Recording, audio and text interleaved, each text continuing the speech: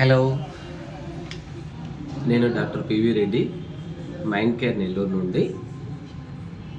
మాకు autism rehabilitation centre నందు assessment ప్రొసీజర్స్లో మామూలుగా కేస్ రికార్డ్ అనేటువంటి ఫార్మాలిటీ ఉంటుంది. ఈ కేస్ రికార్డ్లో ఫస్ట్ సెక్షన్లో ఐడెంటిఫికేషన్ ఆఫ్ డేటా అంటే age, date of birth, sex, ఇతరత్రాకి సంబంధించి. రెండో సెక్షన్లో డెమోగ్రఫిక్ వేరియబుల్స్ అని అంటాం. అంటే ఏ ఊరు, మదరు, ఫాదరు, ఎక్కడ పుట్టారు, లొకాలిటీ ఏంటి, ఇలాంటి విషయాలకి సంబంధించినటువంటిది. మూడో సెక్షన్లో ఏమవుతుంది అని అంటే ప్రజెంట్ కంప్లైంట్స్ ఏంటి, బేబీలో కానీ, పాపలో కానీ, బాబులో కానీ. తర్వాత నాలుగో సెక్షన్లో ఏంటంటే కేస్ హిస్టరీ అని అంటాం.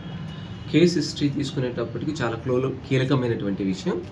మదరు కాన్సెప్షనల్లీ ఏజ్ ఎంత, మదరు ఫాదరు బ్లడ్ గ్రూప్ ఏంటి, లేబరు ఏ విధంగా జరిగింది, డెలివరీ అనేది నార్మల్ డెలివరీయా లేకపోతే ఇండ్యూస్డా లేకపోతే ప్రొలాంగ్డా, ఫోర్షిప్సా, అంటే డెలివరీ టైప్ అనేటువంటి విషయం.